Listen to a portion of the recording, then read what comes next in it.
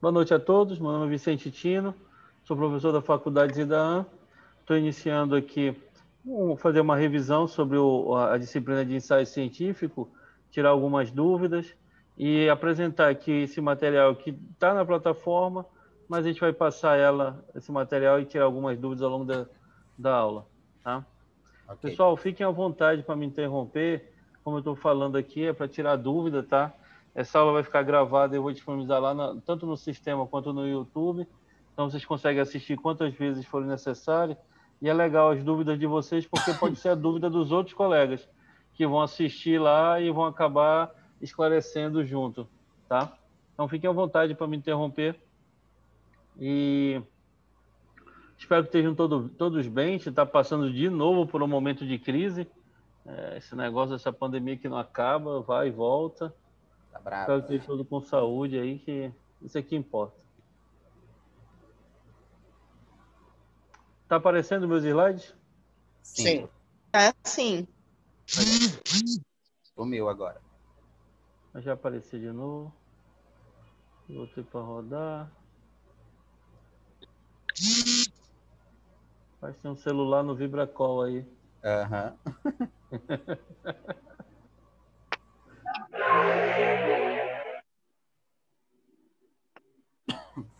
Pô, não carregou? Carregou. Agora carregou. Agora carregou. Pronto. A ideia do ensaio científico o que não é um ensaio científico? Não é um artigo. Então, qual é a diferença, por exemplo, de um artigo científico para um ensaio científico? O artigo tem que ter resultados. Coloque o microfone de vocês no Pessoal, mudo. coloca no mudo aí, por favor. É só na hora de falar que aí coloca no ativo. Então, um artigo ele tem um objetivo de fazer uma fundamentação teórica, apresentar um problema, apresentar uma fundamentação teórica e científica e apresentar uma proposta de solução e testar a solução. Então, tem os resultados. Quando eu vou fazer um artigo, eu tenho que ter resultados. Eu não posso apenas apresentar uma ideia. Eu acho que se eu fizer assim, assim, eu vou resolver esse problema. Não, eu tenho que tentar resolver o problema. Se eu conseguir resolver o problema, vira um artigo de coisas que deram certo.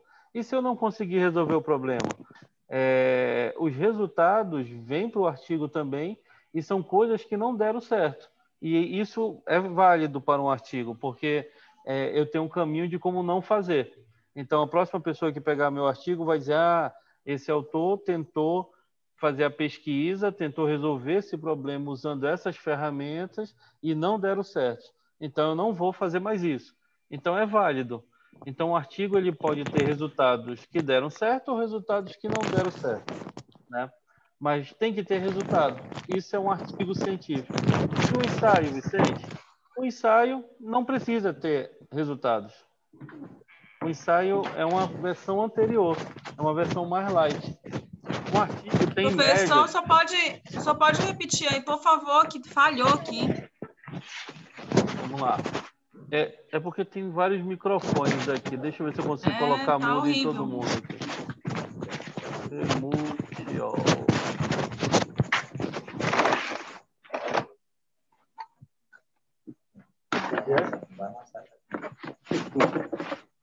Isso aí é coisa boa, não. Consegui fazer isso aí. Fogo. Não dá pra ver. Nova. Pessoal, tira o som da máquina de vocês aí que está atrapalhando os outros colegas. Quem está entrando agora.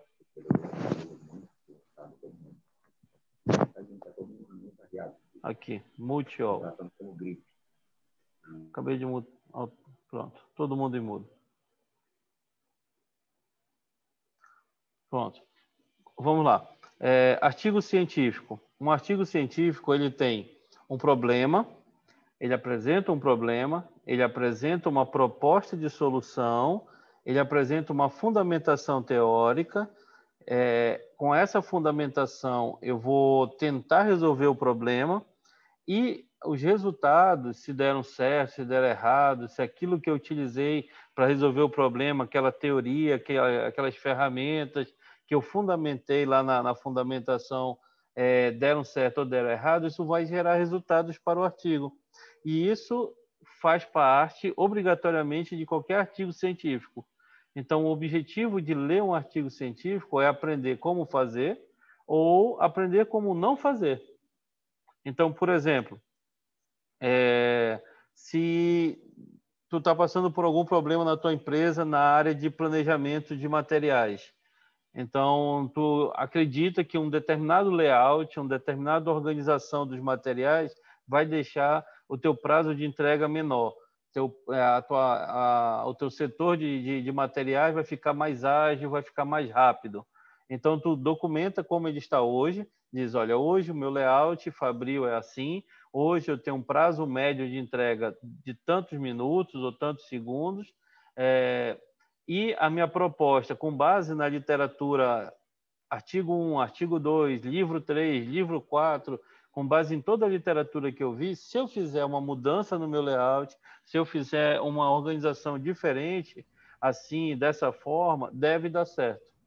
Então, tu tem um problema, que é a organização do teu material, tu tem um problema que é a forma de entregar, o prazo para entregar, e aí tu faz uma pesquisa bibliográfica e acha propostas de solução na literatura. Com base nessas propostas de solução, tu vai testar. Aí tu vai para campo e testa. Muda layout, faz controles, faz mudanças no processo. E aí tu documenta se isso deu certo ou deu errado. E aí pode ser que dê certo, pode ser que dê errado. Das duas formas, tu vai documentar os resultados. Então, isso é um artigo científico. Ele tem essa estrutura. Existe o problema, existe a fundamentação teórica, existe o método, a metodologia que tu vai usar para adaptar a fundamentação para resolver o problema, e existe os resultados. Obrigatoriamente tem que ter resultados, tanto positivo quanto negativo. E isso tem que ficar entre 12 e 17 páginas, é o máximo. Um artigo com mais de 17 páginas ficou grande. Um artigo com menos de 12 já está curto demais. Tá? Isso é um artigo. Um ensaio científico, ele não precisa ter resultados. Então, o ensaio não tem resultados. Tá? E o ensaio, ele vai assim, eu apresento um problema, eu apresento uma proposta de solução e eu vou embasar essa proposta de solução em argumentos. Só que não é qualquer argumento, é um argumento científico. Então, é um argumento de algum artigo, de algum livro, de alguém experiente que falou aquilo.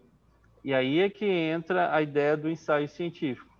Então, tu tem problema, tu tem proposta de solução e tu tem argumentos científicos, no mínimo 3. Pode ter mais, pode ter 4, pode ter 5, mas pelo menos 3. E com esses 3 argumentos, tu para por aí. Tu não precisa apresentar resultados, tu não precisa dizer como é que tu vai adaptar isso no mundo real. Então, tu para por aí. É um documento da ordem de 4 páginas, de 3 páginas a 4 páginas. Beleza? Uma dissertação de mestrado. A dissertação de mestrado, ela já é um documento que conta toda uma história bem detalhada para resolver um problema com apoio científico. Então, o artigo de 12 a 17 páginas é um resumo de uma dissertação de mestrado. Quando o cara faz uma dissertação, ele vai detalhar bastante fundamentação, ele vai explicar muitos resultados, ele vai apresentar como foi feito, vai contar todas as histórias, o que deu certo, o que deu errado, os ajustes que ele fez. Então, vira um documento de 80, 90 páginas. De 70 a 90 é uma boa dissertação. Mas isso não é os anexos, tá? É realmente conteúdo. 70 a 90 páginas está ótimo. Aí, isso é uma dissertação, tá? Quando a gente termina um mestrado, normalmente o professor pede para te escrever um artigo, ou durante a execução do mestrado, ele pede para te escrever o artigo. E aí tu vai e transforma essas 80 páginas em 12, 15. Então, tu faz um resumo. O artigo, normalmente, é um resumo de uma dissertação. Ou tu pode escrever um artigo direto, claro. Tá? Uma tese de doutorado. Uma tese de doutorado é a mesma coisa do que a dissertação, só que ele tem que provar que é algo novo. Então, uma tese de doutorado, às vezes, vai bater em 200, 300 páginas.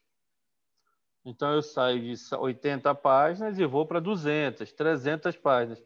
Por quê? Porque eu vou ficar fazendo pesquisa durante 3 a 4 anos. Nessas pesquisas, eu vou estar sempre na fronteira, no limiar do que há de novo. Eu vou estar apoiado em fundamentos científicos, eu vou estar lendo, usando o que os outros já fizeram na ciência, mas eu tenho que criar alguma coisa nova. E para criar alguma coisa nova, tu tem que provar que é novo. Então, tu vai dizer, ó, isso aqui não existe na literatura. Então, legal, não existe. Mas como é que eu digo que não existe? Eu tenho que pegar e citar todo mundo, e aí eu tenho que fazer uma fundamentação bem pesada, e depois provar, ó, o meu material, aquilo que eu estou propondo é novo, porque nem fulano falou, nem Beltrano falou, ninguém escreveu sobre isso, eu sou o primeiro cara a escrever sobre isso. E aí, quando vai para uma banca de doutorado, a defesa demora umas 2, 3 horas, porque os doutores que estão na banca, eles querem provar que tu está errado, que tu não criou alguma coisa nova. Então, eles começam a questionar se aquilo que tu está propondo realmente é novo, se tu não copiou de alguém. E essa é a diferença entre tese, dissertação, artigo e ensaio. Beleza? Do ponto de vista quantitativo, ensaio, 4 páginas. Artigo, 12 páginas. Dissertação, 80 páginas. Tese de doutorado, 200 a 300 páginas. É mais ou menos assim, do ponto de vista de páginas, né, de laudas. Do ponto de vista de conteúdo, todos eles são embasados em cima de fundamentação científica, tá? Eu não posso simplesmente dizer que aquilo é bom, eu tenho que provar que aquilo é bom com base na ciência. E aí é que entra esse termo científico, né? Para poder forçar o aluno, forçar quem está escrevendo, não sair falando coisas sem base. Então, ele tem que argumentar de forma científica. Professor, Dúvidas? professor, tá me ouvindo? Fala, Gisele. Basicamente começa com um problema, eu seleciono 3 argumentos e venho com uma proposta de solução, é isso o ensaio científico? É um problema, depois uma proposta de solução, e o argumento é para defender a tua solução. A proposta, né? A tua proposta. 1, 2, Os 3. 3 okay. argumentos, eles são pilares da tua proposta. Tipo um plano de ação, poderia ser. Imagina o seguinte, eu vou fazer um exemplo aqui. Atualmente tem sido muito noticiado, aí tu coloca a referência de um link da internet, do G1, de algum site que está falando sobre Covid. E aí está lá. Atualmente tem sido noticiado nas redes sociais, conforme fulano de tal, conforme... Aí tu cita o site, que as pessoas têm sofrido muita depressão, os casos de depressão têm aumentado muito durante esse período de quarentena. Pronto. Então, esse é o problema. O problema é um parágrafo, só que é um parágrafo que tu citou algum jornal, algum material na internet, não saiu da tua cabeça, entendeu? Tu tem que ter algum dado estatístico, uma coisa que diga, olha, não sou eu que estou dizendo, é a mídia que atualmente as pessoas estão sofrendo com depressão devido à situação da pandemia. Beleza, isso é um problema. Proposta de solução, é o segundo parágrafo. Estudos comprovam que atividade física, uma alimentação balanceada e meditação são excelentes para reduzir o impacto da depressão. Pronto. Tu acabou de falar que se o cara fizer atividade, se o cara comer bem e se o cara meditar, vai ajudar na depressão, certo? Isso é a proposta de solução, é a tua hipótese. É a minha hipótese, né? Hipótese é aquilo que eu quero provar. Mas essa hipótese precisa ser, por exemplo, ter uma citação? Não precisa, não precisa. Por quê? Porque tu deu 3 hipóteses, ó. Tu disse que alimentação, tu disse que meditação e tu disse que exercício físico faz bem para depressão. Pô, mas quem tu é para falar isso? Tu é médico? Tu é nutricionista? Tu é psicólogo? Aí que entra o lance do argumento. Tu vai atrás de um psicólogo e o psicólogo vai pesquisar um artigo de um psicólogo onde ele diz que meditação faz bem para depressão. É o Então, que argumento que entraria vai aí defender a tua hipótese. em forma de citação? É aí que entraria? Aí que entra a citação. Tu tem um Ok. primeiro parágrafo, que é o primeiro argumento, onde tu vai citar um artigo, vai citar um psicólogo, algum cientista que disse que aquilo faz bem, meditação faz bem. Aí tu tem um segundo argumento. Tu vai citar um nutricionista, ou tu vai citar um médico que disse que alimentação saudável faz bem para a depressão. Entendeu? É o segundo parágrafo, é uma segunda citação, é um outro artigo que tu está citando, só que agora é de um médico ou de um nutricionista. E aí depois tu vai para o terceiro argumento. O terceiro argumento é educação física, atividade física. Então tu vai procurar um artigo de um educador físico, tu vai procurar um artigo de um fisioterapeuta, tu vai procurar um artigo de um médico que diz que atividade física faz bem para a depressão. Essas 3 citações, elas precisam ser o mais atual possível ou não tem tempo? De preferência nos últimos 5 anos. 5 Quando a anos. gente vai citar, assim, quando tu está citando mestrado, é nos últimos 5 anos e tu cita normalmente artigo. De 2016 a 2020, então. Mais ou menos isso. E artigo. Ah, beleza, Vicente, dá para citar livro? Dá, mas livro é velho. Uhum. Artigo Entendeu? científico. É mais legal procurar artigo científico, porque tu vai achar coisa mais nova, né? Ok. Aí pronto. Então tu apresentou um problema.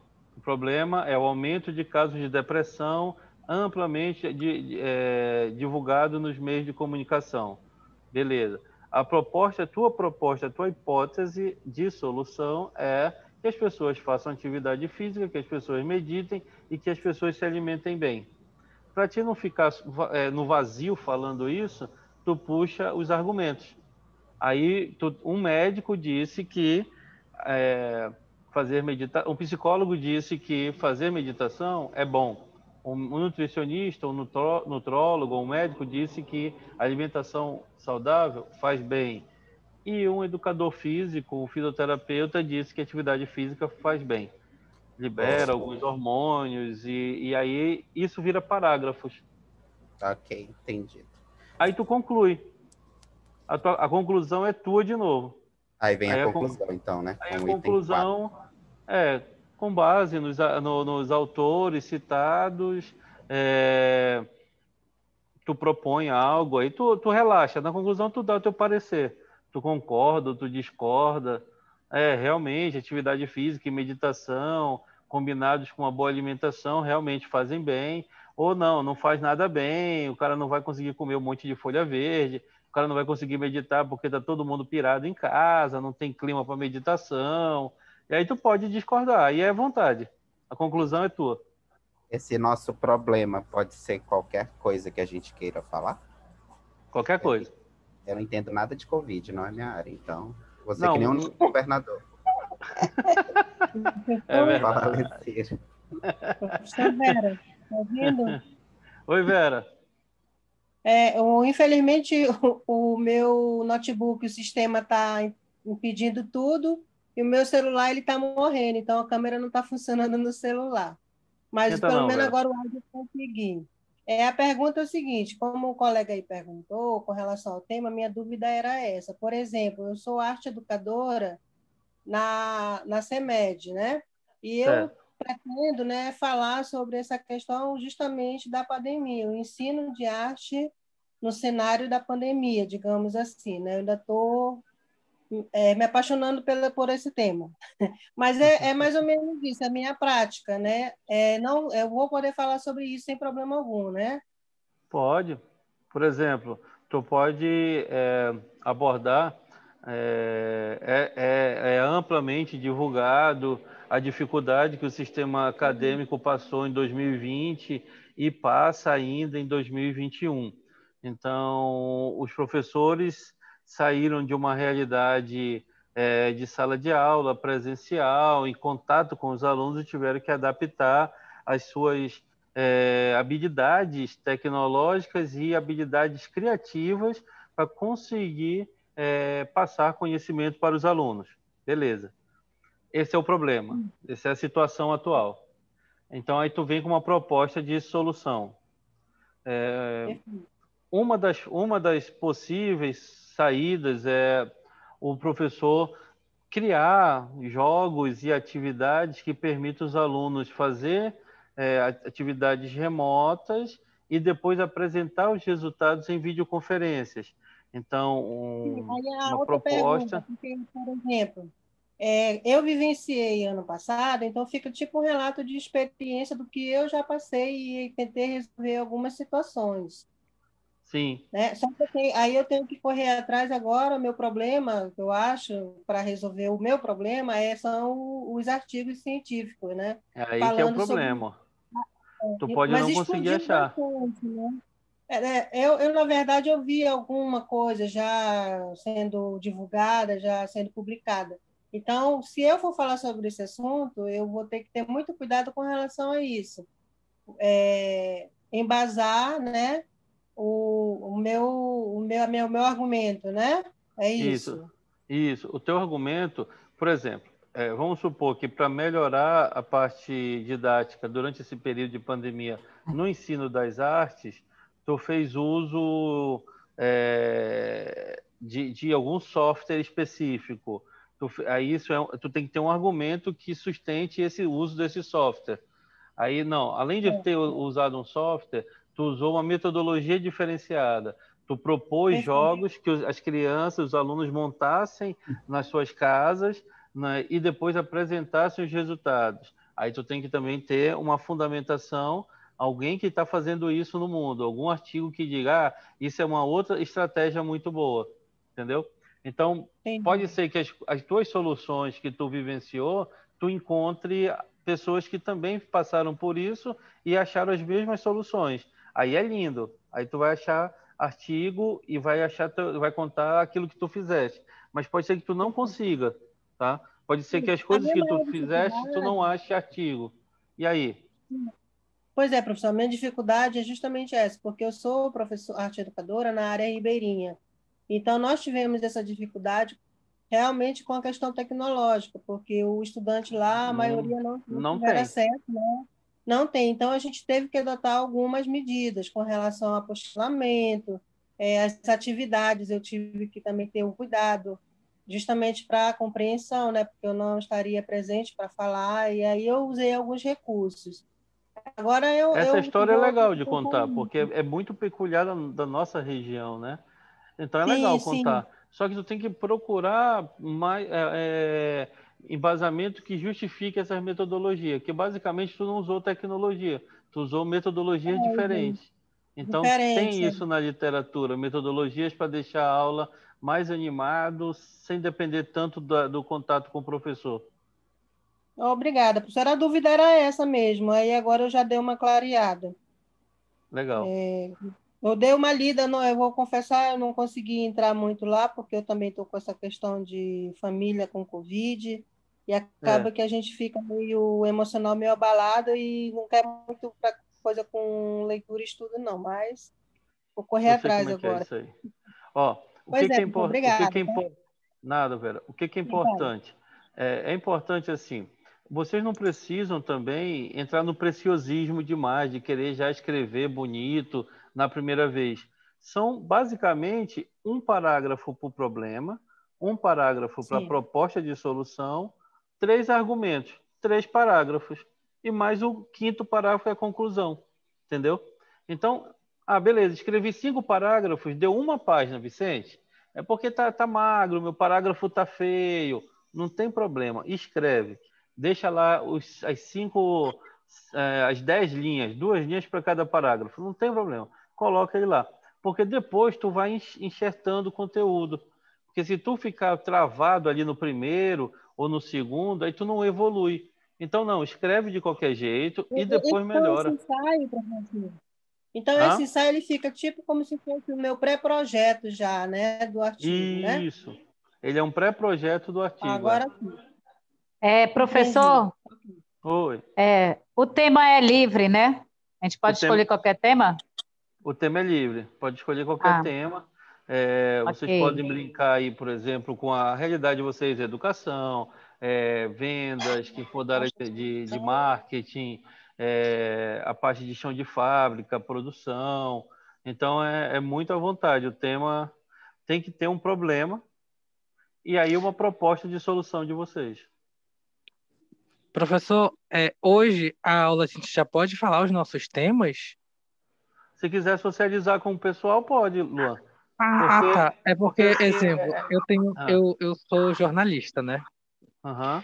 E então eu queria entrar nessa na minha área, né? Embora eu esteja fazendo especialização em marketing, mas é assim, eu tenho um problema. Em 2015, a gente teve a imigração dos venezuelanos aqui no Brasil, né? Sim. E aí a porta de entrada foi Boa Vista, Roraima, né? E em 2015, a imprensa criou uma campanha junto com a Polícia Federal e a imprensa em massa notificava que se você encontrasse algum venezuelano que estivesse irregular dentro do estado, você poderia denunciar no 190. E aí a Polícia Civil, junto com a imprensa, junto com a Polícia Federal, recolhia as pessoas, mandavam para a Polícia Federal e a Polícia Federal deportava as pessoas. Uma segunda temática que aconteceu também envolvendo a imprensa foi que jornalistas deram a sugestão de fechar a fronteira. E isso é internacionalmente inconstitucional. Então, eu queria tratar no meu trabalho, né, aqui científico, a importância de criar campanhas ativas. Eu queria voltar uma campanha para a rádio, porque é, é, é, a gente que estuda da área da comunicação ainda entende que o rádio é o principal veículo de comunicação porque ele chega nos locais onde não tem internet, onde não tem nem energia, porque o rádio a pilha funciona. Uhum. Então, eu queria montar uma campanha educativa, né, sobre isso, sobre as orientações, porque, querendo ou não, isso, além de ser crime internacional, é xenofobia, e aí tem a contribuição dessas pessoas aqui no nosso estado. Então, Mas qual seria o problema? O problema problema é a seria abordagem que os jornalistas dão. que os jornalistas, o problema seria a abordagem que a imprensa deu e esse impacto negativo que gerou para o Brasil. Porque a partir do momento em que a imprensa pede para fechar as fronteiras, isso chamou a atenção da ONU, né? E quando os venezuelanos entraram, Roraima também usou uma estratégia que eu estava até lendo no artigo, né? Que eles colocaram estado de emergência. E isso não se enquadraria como estado de emergência. Eles usaram como estratégia para solicitar o fechamento da fronteira. Uhum. Só que houve uma cúpula, entendeu? Com a imprensa, a Polícia Federal e a Polícia Civil de Roraima. E eles... era a solução que eles queriam dar para a cidade. A gente entende que o jornalismo, né, é prestar serviço, é querer ajudar a sociedade. Só que foi realizado de forma muito equivocada. E aí isso chamou a atenção da imprensa internacional e da ONU, né? Então, quando foi em 2016, a ONU chegou no Brasil por conta dessas reportagens, da repercussão dessas reportagens. Pronto, mas vamos organizar as ideias. Não se prendendo nesse caso de Roraima. Vamos pensar no seguinte.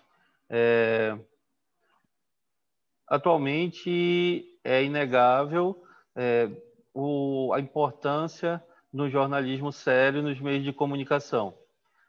Temos o advento da internet e a possibilidade de notícias falsas viralizarem de forma prejudicial para a sociedade já foi amplamente noticiado e divulgado. Pronto. Então, o problema passa por a responsabilidade e o impacto das fake news. Só que eu não usei o termo fake news, porque está manjado, mas o problema passa pela responsabilidade e o impacto que o jornalista e o jornalismo têm na sociedade como um todo. Esse é o problema. Aliás, esse é um contexto, né? Esse é um A ideia é contexto. criar uma campanha para informar a sociedade. Para Peraí. É porque a ideia é criar uma campanha para informar a Não, sociedade, calma. porque até hoje ainda Tentar acontece a organizar minhas xenofobia ideias. por conta dessas campanhas que foram criadas, entendeu, professor? Pronto. E Nós estamos aí, contextualizando.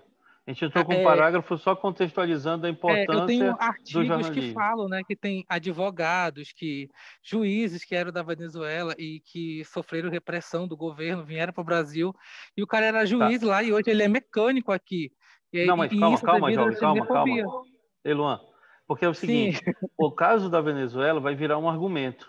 Sim. Ele é uma história verdadeira que vai te apoiar na tua proposta, que é criar campanha. Entendeu? Sim. Ele não é problema, ele não é contexto, ele é um argumento, porque tem dados que isso já aconteceu de verdade. Então é só isso que eu quero. Vamos lá.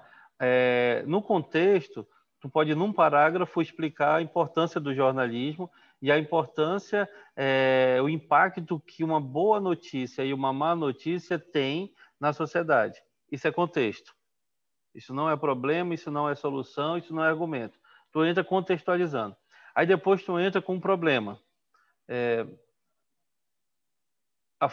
Talvez a falta de disciplinas, ou falta de capacitação, ou a falta de preparo dos profissionais da área de jornalismo para para ter consciência desse poder que eles têm.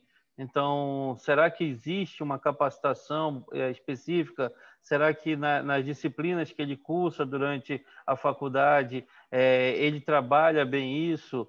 Então, o problema pode ser, talvez, essa falta de conscientização na formação base do jornalista. Aí isso vira o problema.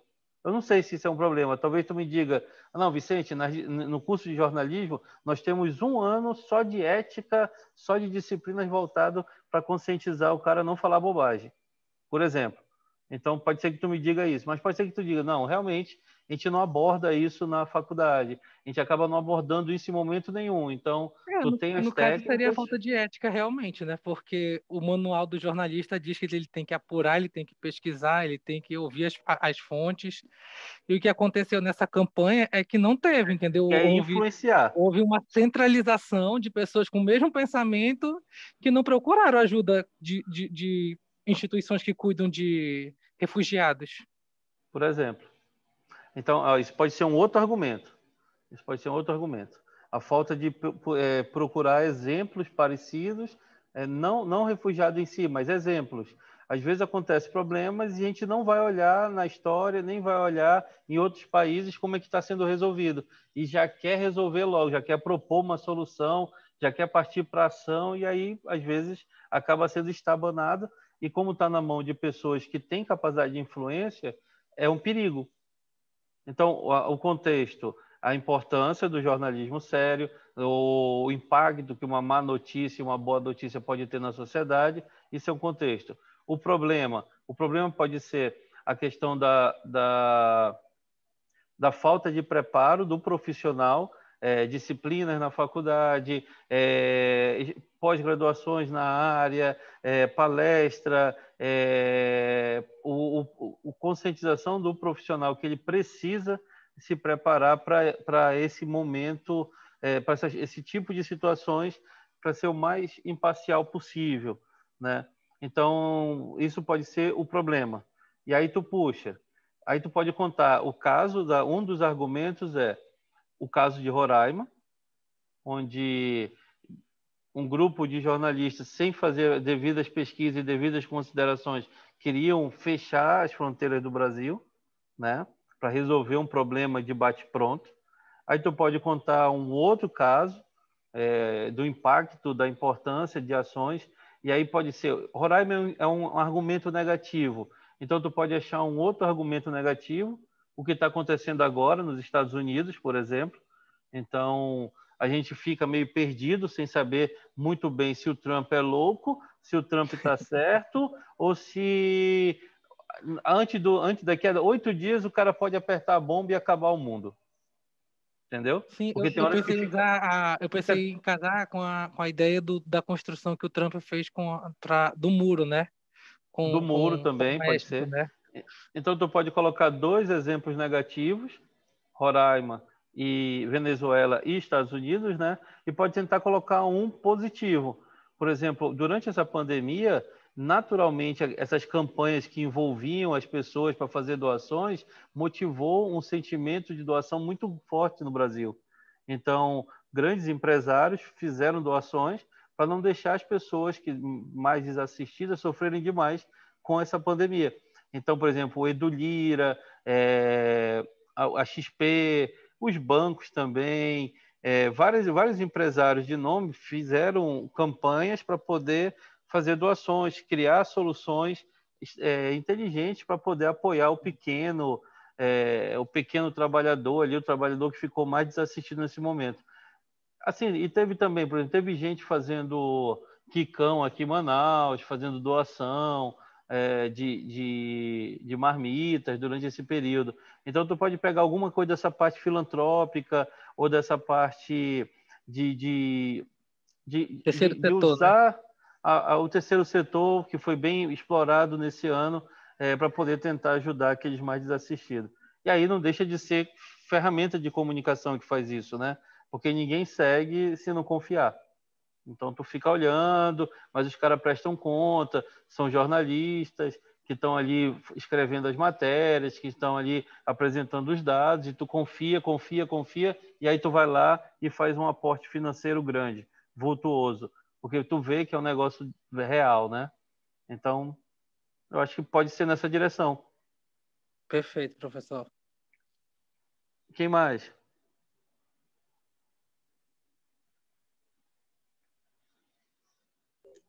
Professor, eu até coloquei no link aí.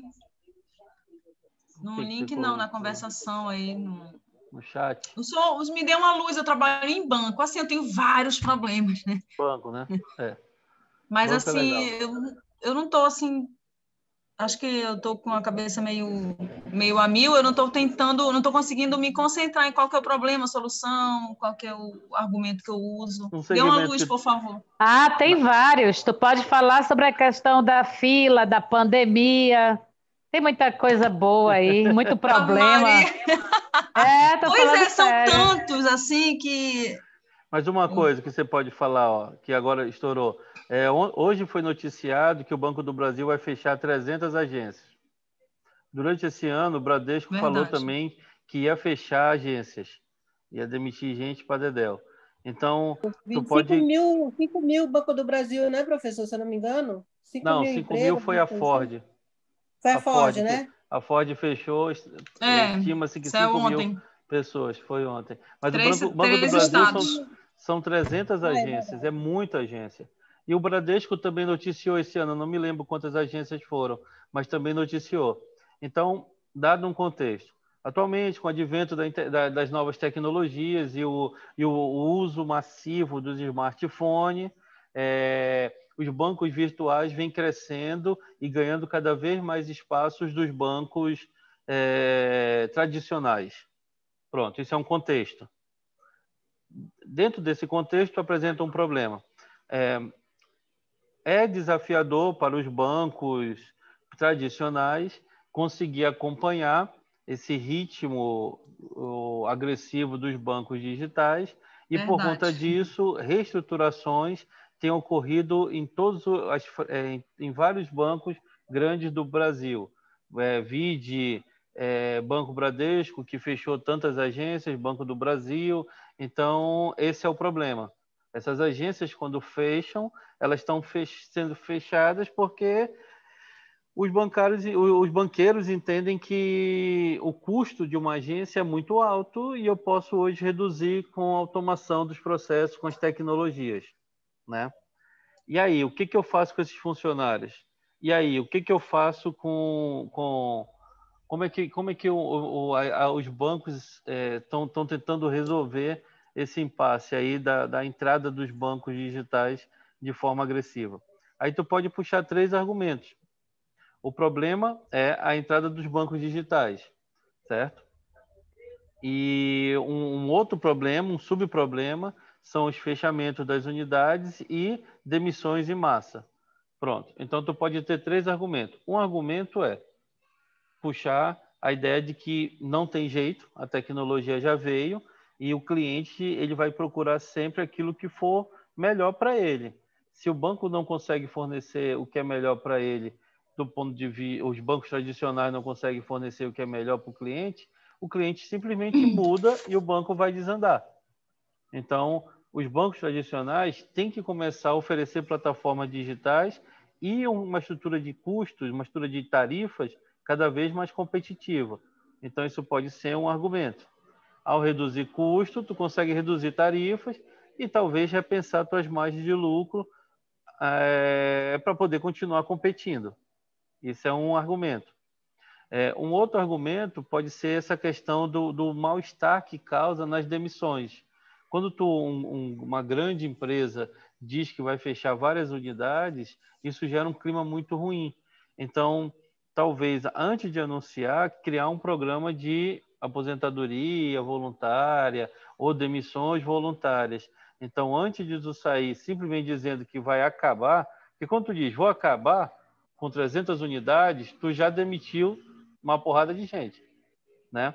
Mas se tu cria antes disso, um ano antes, tu planeja e começa a criar um programa de desligamento daqueles que já estão querendo sair e tal, e tu vai reduzindo naturalmente o quadro, pode ser mais fácil, tá? O impacto negativo tanto na mídia quanto nas pessoas, tá? Pode ser, tá? Mas aí teria que dar uma pesquisada em algum artigo.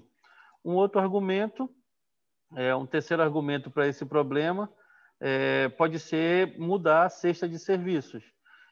As pessoas têm que entender que é legal pagar menos para usar o Nubank, pagar menos para usar o Intercity, pagar menos para usar a plataforma digitais, ok. Mas tem hora que tu precisa de um contato físico. Eu ainda tenho um perfil de cliente que só consegue resolver as coisas no contato físico.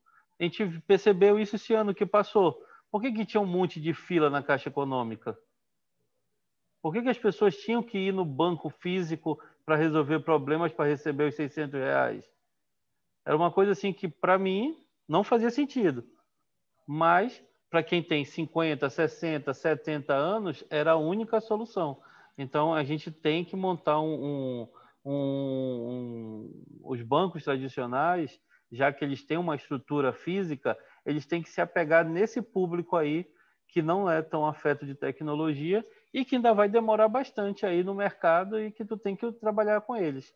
Enquanto que os mais novos, os mais ágeis tecnologicamente, vão naturalmente migrando para os bancos virtuais. Então, tu percebe que eu coloquei 3 argumentos? Um argumento cria plataforma virtual. O outro argumento atende melhor o nicho que gosta de banco tradicional. Atende melhor, porque hoje eles não atendem, tá? E o outro argumento evita essa imagem negativa que vai fechar um monte de unidade. Cria algum tipo de estratégia mesmo para fechar, mas não dizer que vai fechar, porque isso deprime a empresa toda. Não estou falando, são muitos problemas. Então, assim, tem muito assunto, né, professor, para explorar. Tem. Não, beleza. Obrigada pela luz aí. Muito obrigada. Como está ficando gravado, depois vocês podem assistir. A gente está falando de saúde, a gente está falando de educação, está falando de banco, está falando de fábrica. Então, quer dizer, as ideias vão surgindo e isso vai ajudar na hora de estruturar o documento. Show, professor. Muito obrigada. Professor, eu sou a Grace. Oi, Grace. Então, eu trabalho na área da educação, né?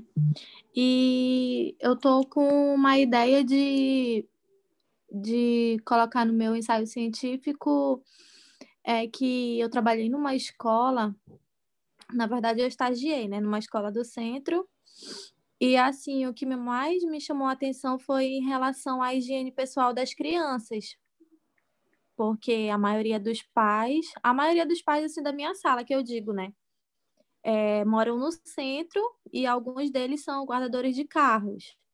Então, eu queria colocar esse como meu ensaio científico, porque foi algo que me chamou muita atenção.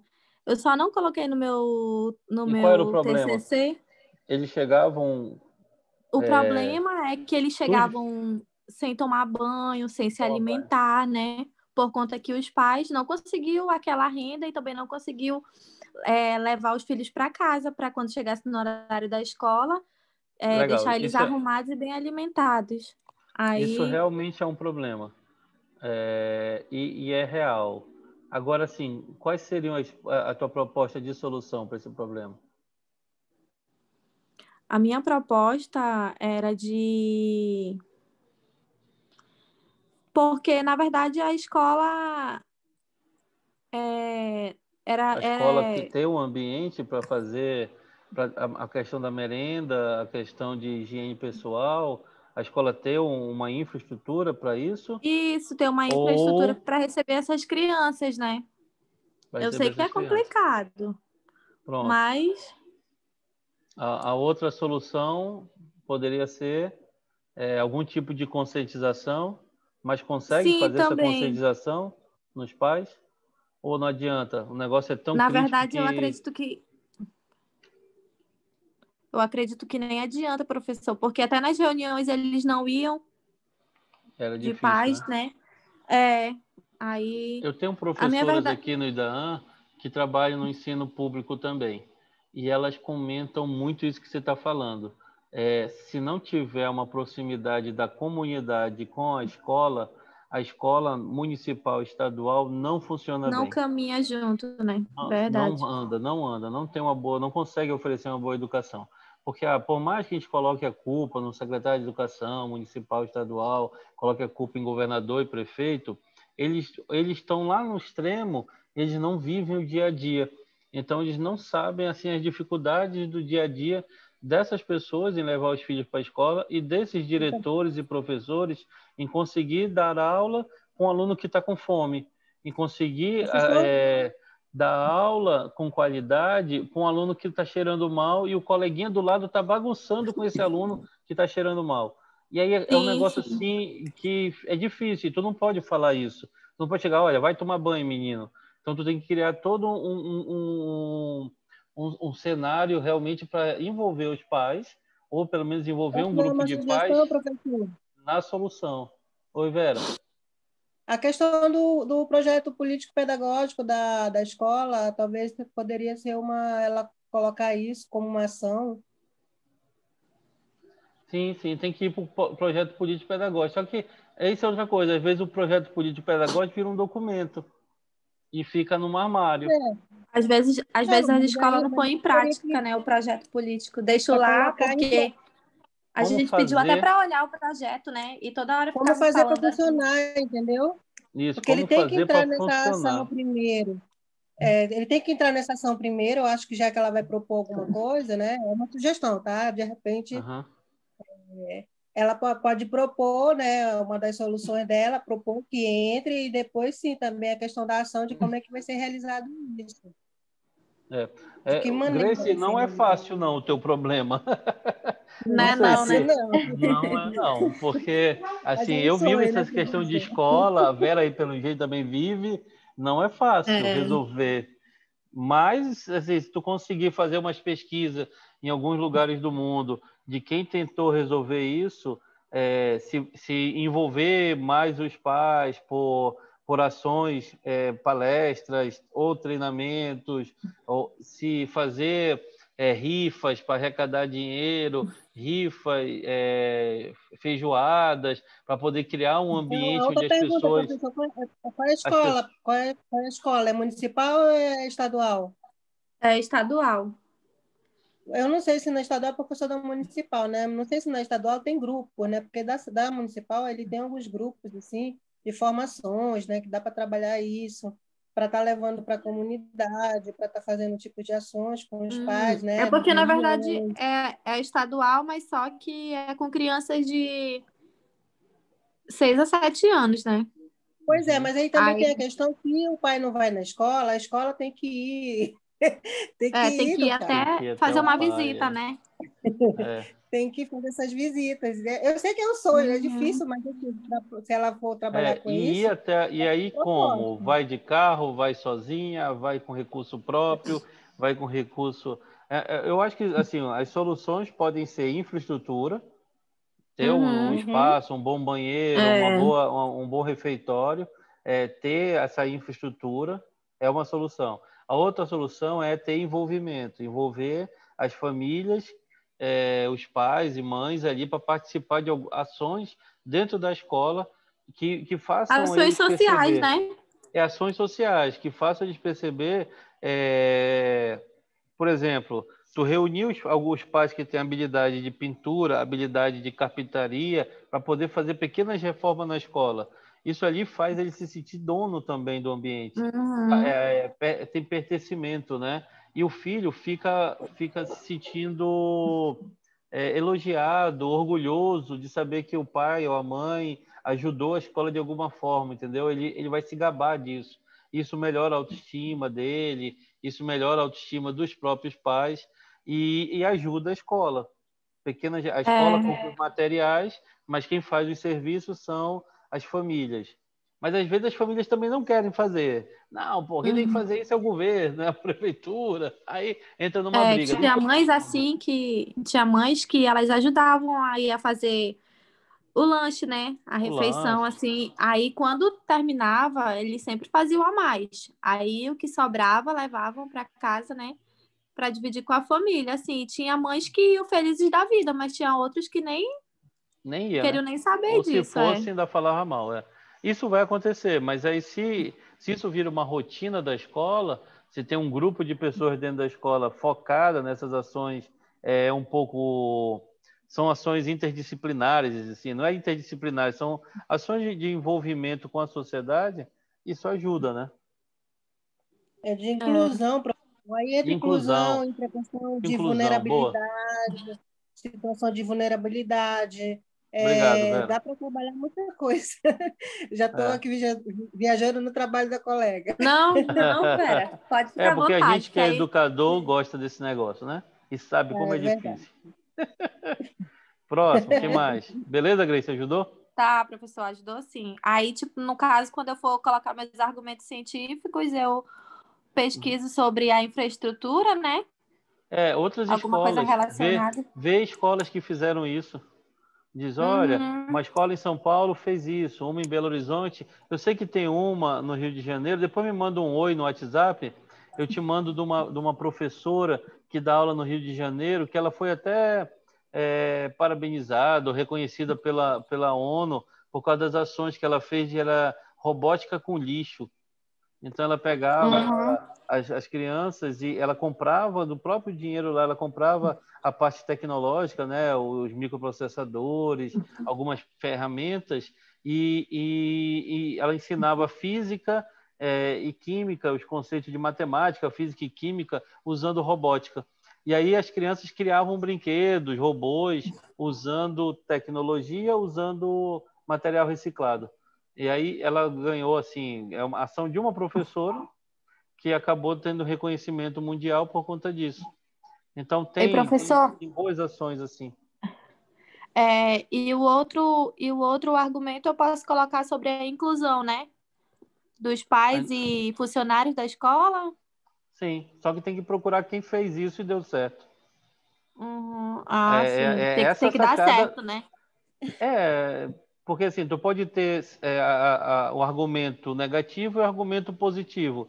Então, Uhum. dizer, tipo, olha, se fizer isso, dá errado, porque num artigo científico tal, fulano fez isso, o autor fez isso e deu errado. Tá? Não esqueçam, vocês não podem simplesmente sair dizendo, os argumentos têm que ser com base em outras pessoas, não pode ser com base em vocês. Não, se fizer isso vai dar certo, porque eu estou dizendo que vai dar certo. Não, tem que ser assim, o autor do artigo tal fez isso lá em São Paulo, fez isso nos Estados Unidos, fez isso na Europa e deu certo. Por isso que é científico. Ah, sim, então tá. Queria ter tido Pronto. essa orientação, professor, quando eu fiz meu projeto do PIBIC, porque eu teria melhorado bastante ele. Que é a Legal, questão né? científica, né? Não tem jeito, a gente tem que embasar em algum autor, né? Sim, tem que embasar em Não algum tem autor. achismo, né? Não pode, Pronto, professor, Daniele Biazus, Oi, Daniele. eu também estou com algumas dúvidas aqui, porque quero fazer relacionado ao meu trabalho, que é com vendas, né? E relacionado à atualidade, que é o Covid, eu pensei em dois assuntos. Um é a falta de prática, né, dos médicos trabalharem virtualmente. Eles nunca imaginaram que iriam ter que fazer atendimento via teleconsulta. Sim. E tem um outro também que eu acho que é bem mais fácil, porque eu vou ter embasamento científico para eu resolver o meu problema, né? Para eu dar a proposta, a solução. Que é o outro assunto, os malefícios da ausência da vitamina D em pacientes com Covid. Que aí eu tenho inúmeros embasamentos científicos para comprovar os benefícios da vitamina D que vão além aí do tratamento ósseo, né?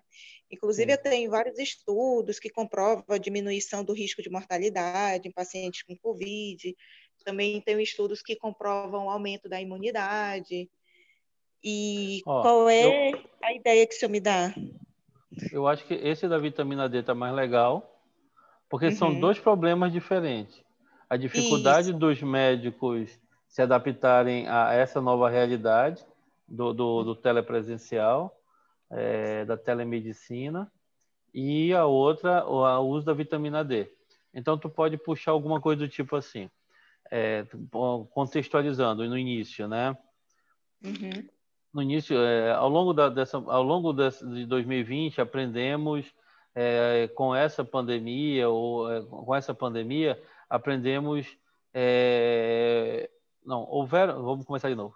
Houveram momentos ao longo de 2020, durante a pandemia, que era sinalizado para que o tratamento fosse. As pessoas não procurassem médico e nem hospitais no início, para evitar sobrecarga do sistema de saúde e deixasse para procurar o sistema só quando já estivesse em estágio avançado. Ao longo desse processo, alguns médicos não concordavam com isso e defendiam o tratamento precoce. Pronto, então esse é um contexto. Alguns médicos achavam que deveria ficar em casa até ter certeza que era COVID, e outros médicos achavam que deveria começar o tratamento para COVID sem ter certeza. Isso está acontecendo até hoje. Hoje eles já estão mais oficial já. Hoje já está bem claro assim, começa o tratamento sem ter certeza, porque não vai fazer mal e se for, o risco de agravamento é menor. Então foram observando e foram vendo que quando o cara chegava com 20%, 30% do pulmão comprometido, era mais difícil reverter a situação. Mas precisou morrer muita gente para chegar nessa conclusão. Beleza. Exatamente. Então, tu pode contextualizar dessa forma. Uns querendo tratamento precoce, outros não querendo. E fazendo referência a algumas notícias que aconteceram na internet ao longo desse ano. Beleza. Aí tu apresenta uma proposta de solução. Aí tu contextualiza e tu apresenta um problema. Ao longo desses estudos, vários remédios foram utilizados como sendo protocolo de tratamento. O protocolo de cura, um protocolo para evitar o pior no impacto da doença.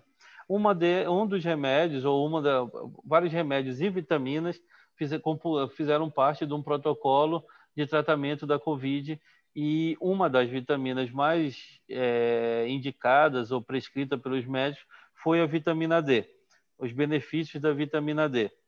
Então, beleza. Aí depois tu pode colocar isso em xeque, tu pode perguntar, será que isso não era mais com objetivo mercadológico de vendas, ou será que isso faz realmente bem? Então tu pode, no teu problema, assim como tem lá na parte do contexto, o tratamento precoce e o tratamento tardio, tu pode colocar o uso de vitaminas e o uso de alguns tipos de remédio como sendo mercadológico ou sendo realmente útil. E aí tu entra com os argumentos científicos. Aí tu puxa da ciência que realmente vitamina D faz bem e talvez a ivermectina faça ou não faça bem. Aí tu coloca lá 2, 3 remédios e 2, 3 argumentos, 2, 3 argumentos científicos desse tratamento precoce. Eu fugi um pouco aqui da ideia da vitamina D, porque ficaria só um, né? Mas tu pode pensar em alguma coisa com a vitamina D. Sim, sim, eu gostei muito. Eu não tinha pensado nessa ideia da questão da briga, que é inclusive até uma briga política, né? A gente sabe que tem Pronto. médicos que estão aderindo ao tratamento precoce e outros médicos não, por conta de partido político, né? Então, Pronto, tu pode usar isso também. Um argumento pode ser político, outro argumento pode ser mercadológico e o terceiro argumento pode ser ciência. Alguns médicos tomam decisão com viés político, outros médicos tomam decisão com viés mercadológico, de vendas mesmo, e outros médicos tomam decisão com base na ciência, nos estudos. Aí fica legal, fica boçal. Acho que fica bom, fica legal. Fica legal, né?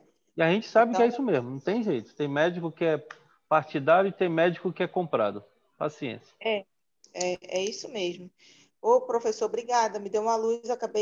Eu não tinha ainda o meu tema, não tinha meu assunto. Eu também gostei muito. Já deu uma luz. E eu gostei muito também da primeira ideia que você falou. Tem muito estudo. Da depressão, Da depressão, o aumento da ansiedade. Eu trabalho com medicamento para depressão e, assim, 300%. Vendeu muito. Muito. Assim como a vitamina D também, né? Outra coisa que eu tenho percebido, Daniel, tá todo mundo pilhado demais, cara. No trânsito, agora que voltou, todo mundo tá dando engarrafamento de novo, pô, é direto carro batido na rua. Tem poucos carros e os poucos estão se batendo. Eu falei, minha nossa. Exatamente. Tá E o todo índice mundo estressado. Todo mundo estressado, todo mundo ansioso, sem dormir. O índice de depressão aí triplicou. É preocupante, né? É preocupante. A gente vai ter uma ressaca aí do Covid ainda razoável pelos próximos meses ou anos. Exatamente. Eu quero ver a defesa desse trabalho, professor, quando for. Pois é, né? Ó, essa ressaca não é só na saúde, não. Essa ressaca é na economia, essa ressaca é na saúde, essa ressaca é na educação. As escolas municipais, ano passado, elas não conseguiram dar aula. As estaduais deram aula mais ou menos. As particulares deram aula online. E aí vão continuar agora. E teve, um fã não rodou ano passado. Cara, vai ter uma ressaca de... Só para falar para a colega que, porque já vem essa questão da depressão entre os profissionais, principalmente da educação, né, digamos assim, que eu estou falando da educação, já vem sendo apresentado um quadro alarmante já, que serve muito de estudo, que também futuramente ela pode estar trabalhando aí, buscando alguns viés, onde é que está acontecendo mais, né, digamos assim, apresentando. Então, com a pandemia, infelizmente, esse quadro subiu, né? E muita gente está se automedicando mesmo, viu? Tem muita gente se automedicando, tá loucura. Esse é um outro segmento. Professor, complementando o que o senhor está falando junto com a Vera, essa questão das aulas presenciais e não presenciais, remotas, isso mexeu muito com todos nós, né? A gente teve que readaptar, se reaprender, se refazer em muitos aspectos, né? E assim, mas o fato dos alunos da rede municipal e estadual serem atendidos, no caso de forma ou remota ou presencial, não quer dizer que eles aprenderam. Né? Isso é que a ressaca que eu estou falando, é de falta de conhecimento mesmo. Sim, é verdade. Não quer dizer que eles aprenderam. Atendidos, muitos foram, mas a aprendizagem foi muito mínima. E a gente está continuando da mesma forma esse ano também, com resultados dessa nova onda que está surgindo aí, né? Porque no nosso caso, que é Rio Negro, a gente já voltou às aulas, né? E Sim. o atendimento das crianças também está sendo prejudicado mais uma vez. E aí tem os professores que não conseguiram dar aula mesmo. Por exemplo, o interior do Amazonas não tem internet, não tem smartphone, não tem ambiente de estudo. Então, quer dizer, o moleque ficou sem internet durante 12 meses. Aliás, sem estudo durante 12 meses. E aí sem merenda, e aí sem uma educação, assim... Às vezes, no caso da educação, às vezes a gente precisa de um ente inspirador. E o professor, ele tem esse papel de inspirar os alunos pequenininhos. E aí não teve esse papel, isso não aconteceu. Sim. Professor? Oi. Deixa eu lhe perguntar, é individual, correto? Não pode ser em dupla ou grupo, não, né? É individual. Tá bom.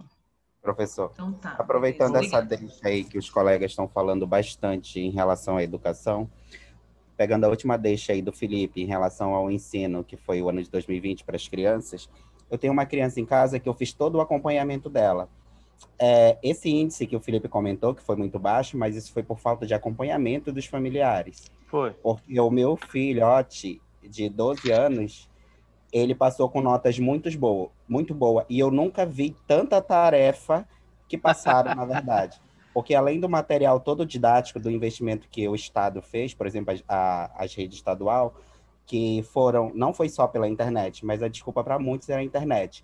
Porque eles também fecharam canais de TV para passar as aulas. Mas só que o queridinho, o aluno tinha que acordar cedo para assistir. Aí o aluno quer passar o dia dormindo. Aí, no caso da minha criaturazinha, ele só queria ver pelo YouTube, porque eu tenho Wi-Fi, então ele só assistia as aulas à tarde. Eu não obrigava ele a acordar cedo, mas ele sabia que tinha que fazer, e todas as aulas eram passadas no caderno, tem um caderno com todas as anotações dele. Então, valeu a pena. Eu creio, assim, comparando ao ano anterior, ele teve o índice dele foi maior que o do ano passado, na verdade. Legal. Mas, assim, muito graças a vocês, né? Tu e tua esposa. Isso. É o que o professor fala aí, né? O que os professores falam, não são só eles que são os responsáveis pela educação, né? Não. Junta-se todos, pais, familiares, geral. Só a dica para os colegas que vão escrever sobre educação aí. Tem muitos temas, hein, gente? Aí nos próximos 5 anos, para quem chegar até lá, vai ter muito tema bom aí de pesquisa. Que isso, velho? Eu quero chegar até lá, pô. Foi isso. Então, para nós que vamos chegar daqui a 5 anos. Não, vamos chegar. Sendo otimista, falando assim, nós temos muitas temáticas a serem estudadas no campo psicológico, nas áreas, né? Da psicologia, nas áreas da licenciatura. Então, tem muitos temas aí que, como bem deixa eu ver, o Juscelino falou, com relação aos estudantes, o que o professor falou também, realmente a gente vai ter que resgatar, começar, digamos assim, meio que do 0,1, né, com o estudante, para ele ter interesse para estudar, para a gente começar, muita coisa vai ter que ser recomeçada e vai ter que... Vai economia, ter todos os segmentos, e de que maneira, né? Esse que é o desafio, né? Como é que a gente vai ter que fazer isso para poder estimular o estudante a alguém estudar? É isso aí, vamos estar todos sim daqui a 5 anos, tá, gente? Vamos sim. Pessoal, eu vou passar aqui uma sequência de slides só para poder bater com relação à citação, para vocês entenderem um pouquinho. Quem já olhou já deve ter algumas dúvidas. Mas esse material está na plataforma, o ensaio, citações de referência escritas de parágrafos. Vamos aqui. O que é uma citação? Isso aqui a gente já falou um pouco. Aqui os motivos de uma citação. Pronto. Esse slide aqui ele explica rapidamente o que são as citações. Vamos só explicar ele rapidinho para vocês entenderem. Como vocês vão ter que citar nos argumentos fontes científicas, vocês têm 3 tipos de citações. Citações possuem tipos direta, indireta ou citação de citação. Tá? O que é uma citação direta? Citação direta é quando tu transcreve aquilo que o autor falou. Tu pega o texto do jeito que o cara falou no livro, no artigo, e coloca no teu material. Igualzinho. Vírgulas, acentos, as palavras iguaizinhas. E coloca a citação direta, tá? E aí tu dá os créditos para ele. Quem falou isso foi fulano de tal, na obra tal, no ano tal. Beleza. Depois a gente vai ver como fazer a referência.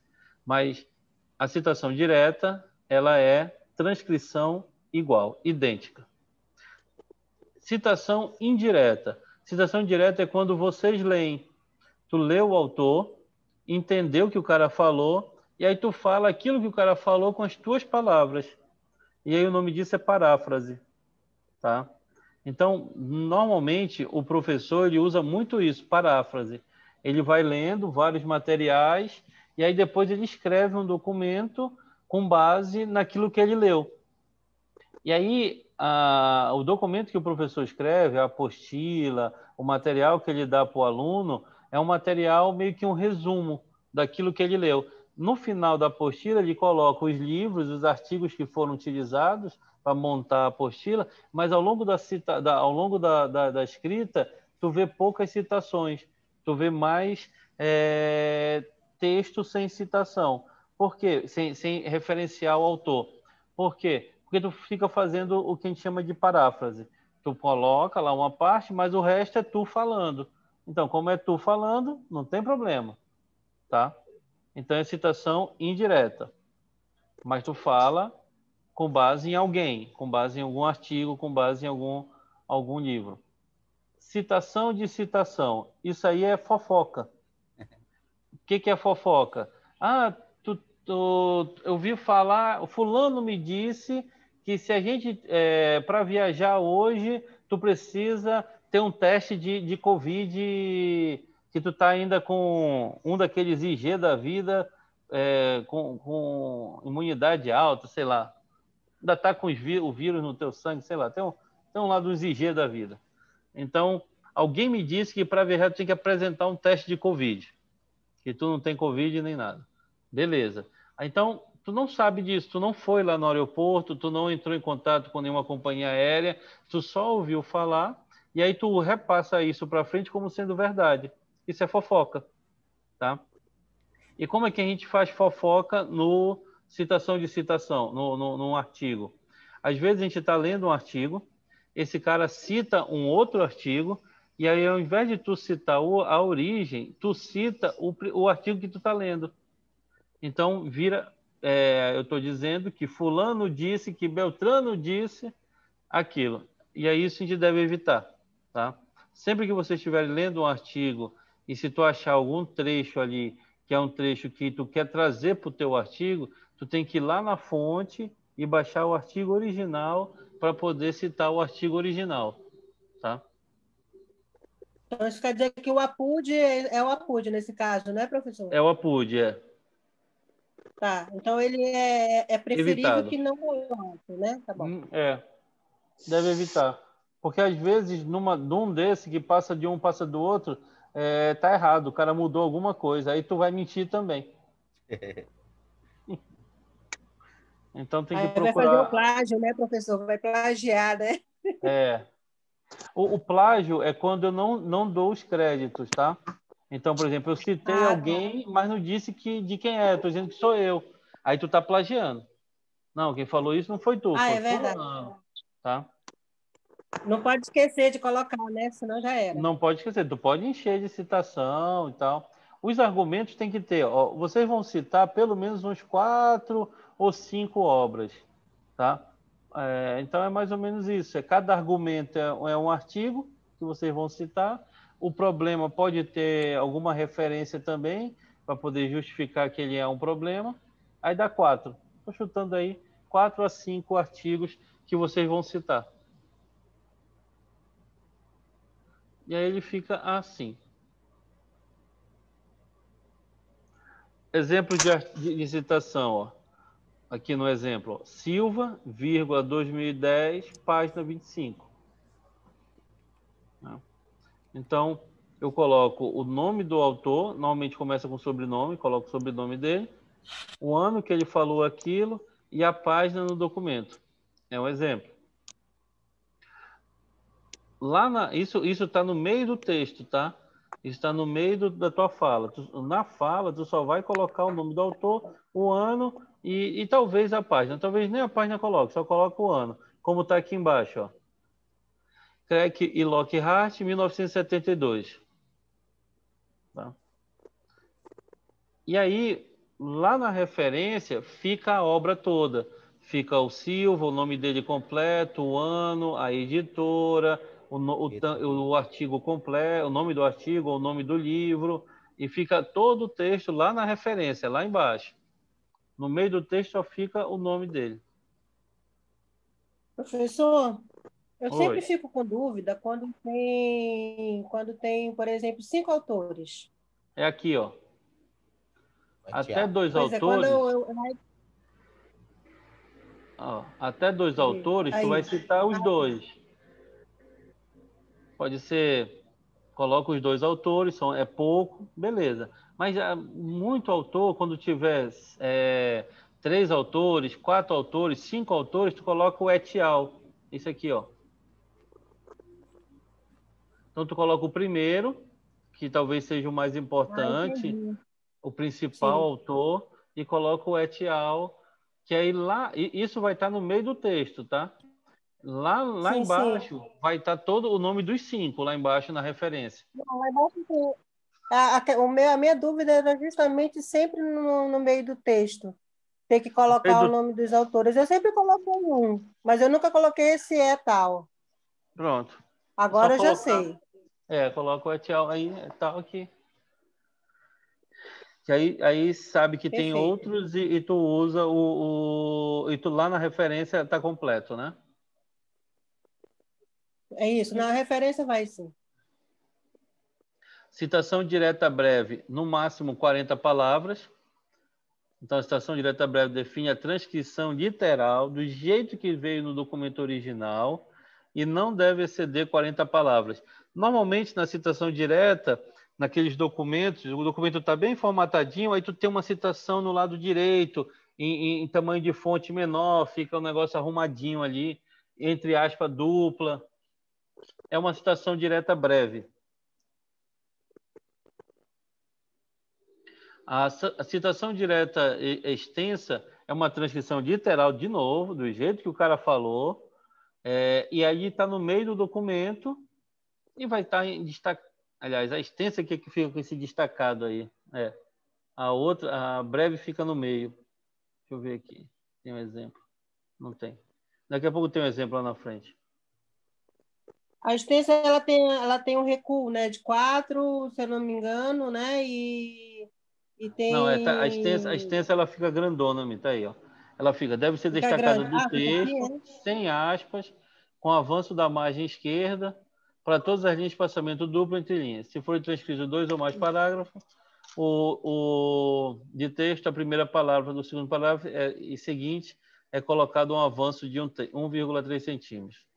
Lá na frente tem uma figura, aí fica mais fácil de ver a extensa da breve. A extensa é aquela que fica destacada. A breve fica no meio do texto. Eu inverti ainda agora. A indireta. A indireta é paráfrase, é reprodução da ideia de outro autor através das suas palavras. Diferente tu não vai fazer transcrição literal. Tu vai explicar com as tuas palavras, mas tu vai dizer que é segundo o autor tal. E aí tu explica. Mas tu coloca lá um segundo, aí o autor e o ano. Citação de citação, evitar. Tem que ir atrás da fonte primária, evitar a fonte secundária, senão vira fofoca. Professor, deixa eu tirar uma dúvida. Então assim, a citação com 40, né, que é extensa, eu posso estar utilizando aquele argumento negativo, positivo, contrapondo com outro argumento, né? Pode ser assim? ela é maior, às vezes a ideia é dentro do próprio texto, quando ela é breve, eu posso estar trabalhando também as duas ideias dos autores. Eu acho que vocês vão usar Positiva a como negativa. paráfrase. Na hora de escrever Sim, lá o parágrafo de vocês, vocês vão usar a paráfrase, que é a opinião de vocês com base em algum autor. Então, vai acabar usando a direta. a direta, Vai né? acabar Tá. fazendo a direta. No meio do teu parágrafo vai ter a direta. Se tu achar alguma coisa bem legal que tu quer transcrever, aí tu usa a extensa, que fica destacado. Perfeito. Citação, evitar. Parágrafo. Deixa eu ver se tem aqui umas. Ó, esse aqui é um exemplo de direto. Ó. De acordo com Perini e outros, 2016, a minimização dos custos de produção e a criação de produto altamente condível pode surgir a partir do combate de 7 tipos de desperdício, através das ferramentas do Lean Manufacturing. Então, quer dizer, tu começa, ó, de acordo, segundo, Perini, mas assim, tem gente que começa direto, também fica errado, tá?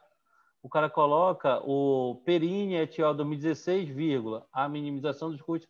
A gente não começa um parágrafo com o autor. Tem que colocar aqui um de acordo, colocar um segundo, colocar uma entrada no parágrafo, né, para começar a leitura. E também não pode ficar assim, ó, dentro do parêntese. Porque, ó, de acordo com, a gente pula, ó, de acordo com o trabalho em questão, então, quer dizer, ficou sem sentido. Porque tudo que está no parêntese pode ser suprimido. E aí não é o caso, né?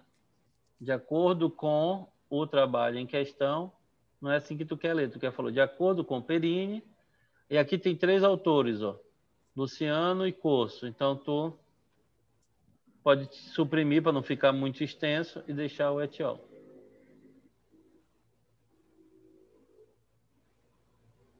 Esse outro. Mesma coisa. Ó. Na plataforma conceituada, aí está entre parênteses direto, aí sugere que fique assim. Eu não gosto muito assim, tá? Começar direto com o autor. Mas não está errado, não. Flammert afirma, mas pode ver que tem uma palavra aqui que faz a conexão. Ó. Afirma que os conceitos do Lean fornecem um conjunto de ferramentas. Que nem o anterior, poderia ficar Perini complementa que, né? Mas se a ideia é utilizar os complementos antes, não fica mais fácil. Eu acho que é mais elegante, eu acho. De acordo, segundo. Né? De acordo, segundo, senão fica logo bom. Flammert afirma que. Aí, bom, beleza. Eu costumo usar muito, mas. Né? Aqui, biblioteca. Aqui os temas. Né? Acabei não colocando. Deixa eu ver se tem aqui. Isso aqui eram alguns temas, mas também é aberto. O meu ficaria encaixado nessa startup aí. A área de startup, isso é legal. É mais sobre negócio. É algo que eu implementei por conta da pandemia. Querendo ou não entrar a pandemia no meio. As negócios. Ó, esse aqui é um exemplo e tá lá na plataforma, eu deixei lá, vocês fazerem download. O documento ele fica assim. A gente, lá na plataforma, eu disponibilizei umas caixinhas, né? Não sei se vocês viram, deixa eu ver aqui. Se é esse ou se é esse. Eu disponibilizei essas caixinhas, tá? Essas caixinhas é mais para poder orientar vocês na estrutura do documento principal. Então, tu coloca aqui a introdução, que é o contexto, a tua proposta, a tua hipótese aqui de solução, está escrito tese, né? A tua hipótese, que é a tua proposta de solução, e essa solução tem que ser amparada por argumentos. Tá? Então, aqui é só para lembrar a estrutura. O documento final de vocês não vai ficar assim. Vocês não precisam escrever nessa caixinha. Vocês vão escrever texto corrido, normal. Aqui o título. Esse primeiro parágrafo é meio que um contexto. Depois não vai ter margem não, professor? Tem que ter margem, né? Tá feio aqui, né? É o margem 1,5, 1,25. E professor, eu posso fazer direto no texto corrido ou tenho que fazer nesse papel primeiro aí, nesse... Não tem que fazer nesse aqui, não. Esse aqui é só para separar as ideias, entendeu? O documento Pode ir direto final, pro principal, ele vai ficar assim, ó. Entendeu? Tá. É porque, ó, Dentro das normas da BNP, como o Juscelino fala. Isso. Dentro das margens, né? dentro das margens, com tabulação correta. Para de Ele me fica entregar aí, assim, Dani. ó. Aqui está a referência completa, ó. Boroscovos. Aí aqui ele só fez citar, ó. Para Boroschovius, sei lá. Para Borochov 2012, a grande importância. Mas lá embaixo, o que esse cara falou? Aí tu vai, onde foi que ele falou isso? Ele falou em avaliação dos problemas do Basing Lane no curso de administração, 2012, página 199, uma dissertação de mestrado em educação, centro de ciências humanas e sociais. Isso é outra coisa. Aluno de mestrado, quando vai escrever a dissertação, ele não pode citar dissertação de mestrado. Ele vai ter que citar ou de doutorado ou artigo científico, tá? Porque um mestre não pode citar outro mestre, estão no mesmo nível, entendeu? Senão pode virar fofoca também. Então, nesse nosso caso, a gente só tem que citar mestrado e doutorado, é isso? Eu sugiro citar artigo. Artigo normalmente é escrito por um cara que já tem mestrado, porque a dissertação é um mestrando, né? Que O nada, cara tá professor, que eu é terminando. por fora. Tem um monte de povo que eu conheço aí que está saindo da graduação e estão sendo obrigados a escrever artigo só para pular a tal da defesa do TCC. Então tem muito artigo fanta aí, que é só Ctrl+C, Ctrl+V. Então. Tem muito artigo fanta. Ó, e é isso, ó. Isso aqui não tem resultado, ó. Ele faz aqui uma apresentação do aprendizado baseado em problema, ele mostra que alguns autores estão falando sobre, mas ele não tem resultado, ele não diz, olha, eu fiz o teste disso numa escola tal e deu muito certo, deu muito errado, nos últimos 5 anos aconteceu a melhoria do ensino, não aconteceu. Ele não tem essa informação, ele não é um artigo científico, por isso que é só um ensaio aqui.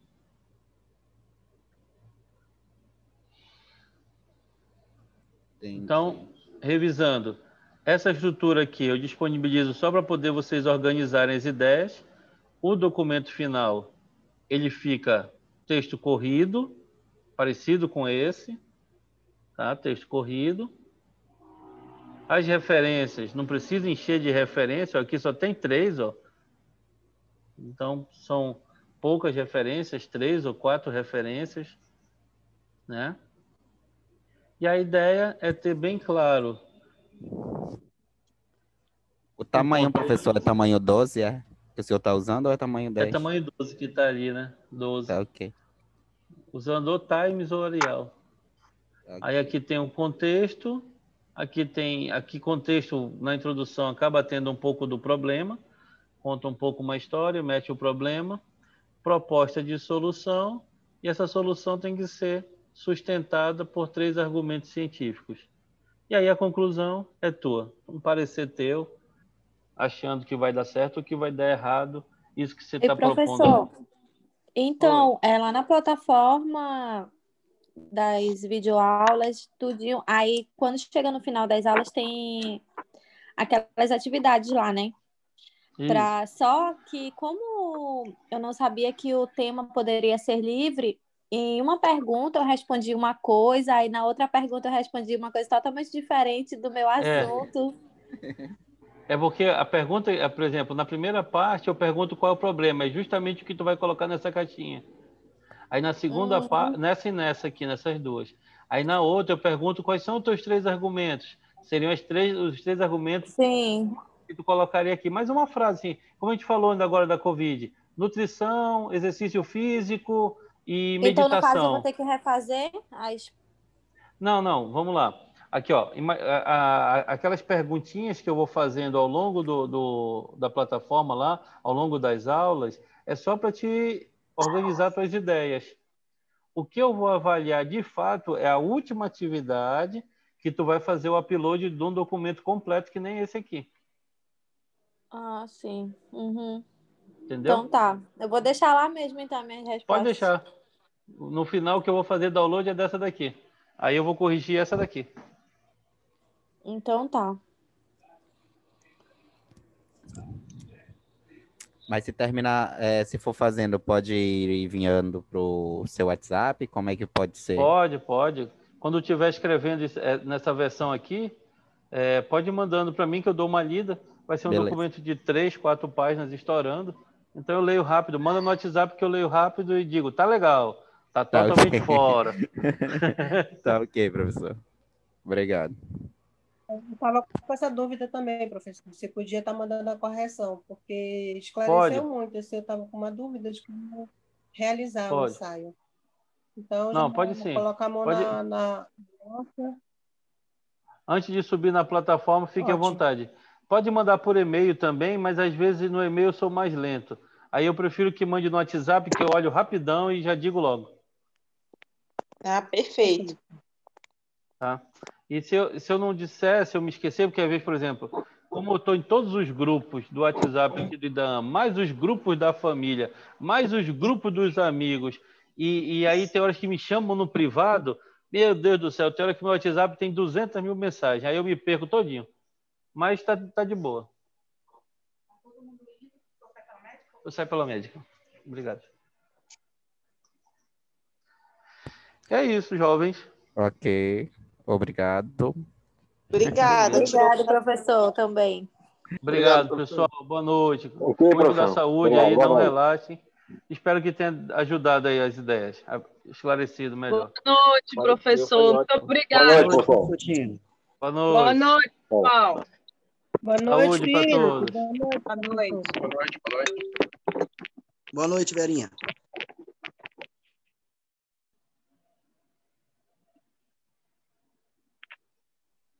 Boa noite a todos. Boa noite.